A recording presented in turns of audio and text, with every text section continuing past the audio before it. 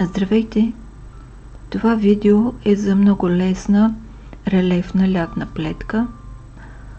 Това са изпъкнали пътечки от една бримка на фона на опакова плетка. Красивата й текстура се получава благодарение на тази малка, подобна на цветна пъпка, многослойна бримка. Схемата на плетката е от 4 бримки и 2 реда. Броят бримки на мострата е кратен на 4 плюс 3 за симетрия и 2 крайни. Започваме. Първият ред е от опаковата страна. Тук плетем 3 лицеви. Оформяме цветната пъпка последния начин. Конецът е отпред. Влизаме с дясната кука пред бримката и изваждаме от обратната страна дълга бримка, след което бримката изплитаме опаково, след което 3 лицеви и отново изваждаме и сплитаме опаково, 3 лицеви,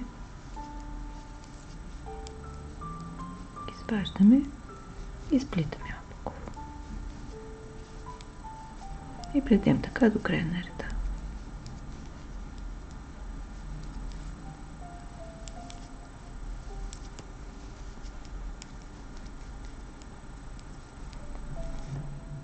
На втория ред сме от лицевата страна и тук плетем последния начин.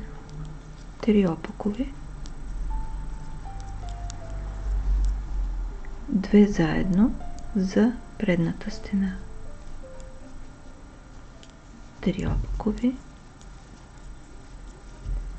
2 заедно,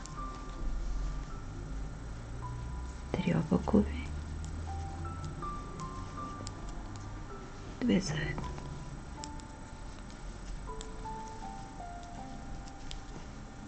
И плетем така до края на реда.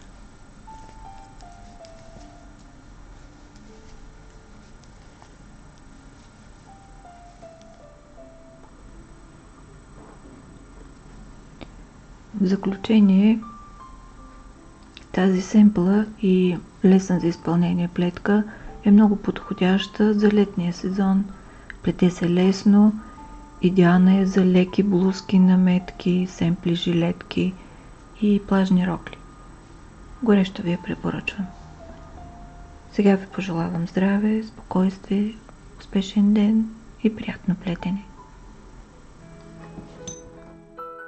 Благодаря ви, че бяхме заедно. Ако харесвате това видео, натиснете бутон лайк. Абонирайте се за канала и за известията, за да гледате всички мои видеа. Пожелавам ви вдъхновение, плетете с любов и бъдете щастливи. До скоро!